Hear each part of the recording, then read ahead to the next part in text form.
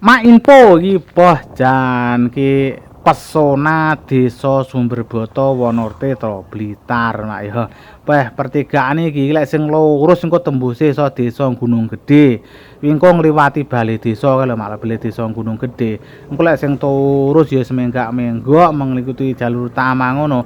Engko tembuse dek kae iso tembus jembatan Kolomonggo kae lho. Tembus ngeni engko iso teko Ludaya kono barang. Wah, jan dalane iki kok anyar iki jan mending ses iki janan. Wah, sampean kabeh wis tau apa urung liwat dalan kene iki? Wis seru apa urung? Lek sing wis seru ya cukup meneng ae, cukup mitet jempole mak ya. Dadike rene iki engko ya iso teko Gunung Gedhe mak ya. Dadike kene iki ya perbatasan antara Sumberboto karo Gunung Gedhe. Mbuh iki perbatasane endi? Soale aku ya milang-miling tugu perbatasan yang kene kok urung enek. Paling kene iki lek ra salah wis masuk Gunung Gedhe paling. Lek masuk Gunung Gedhe berarti kene iki masuk dusun Kali Kuning. Desane Gunung Gedhe, Kecamatan Wonotirto, Kabupaten Blitar mak ya.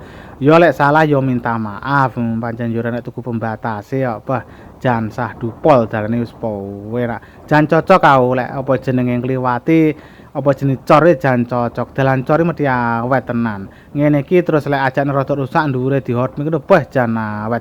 Lek langsung hot mic ora masuk ketrak. Alah gang telung sasi sembluduk lek daerah kene mergane kene lemah kan labil mak ya beh jan ngene iki keadaan warga masyarakat dusun Kali Kuning mak ya beh sampean matur suwun iki ndelok videoku teko kene iki aja lali di-follow, di-subscribe terus dipidet jempole ngono lho beh lek ajakane demen karo videone ngekeki apresiasi ya oleh lha iki kene iki masjid apa iki masjid apa jenenge Kali Kuning Desa Gunung Gedhe iki. Wah, jenenge megah to masjid yan.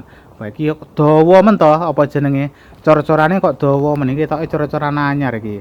Lek ngene iki jan mening tenan pokoke. Di antara sampean kabeh enek apa ora kira-kira sing duwe kenangan ning daerah kene iki enek apa ora?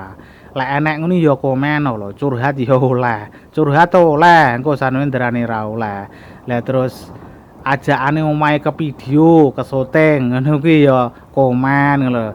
Ngene kok ya ora enek to wong ngampirne terus ngecomne kopi kok ya ora enek bah jan modele jan.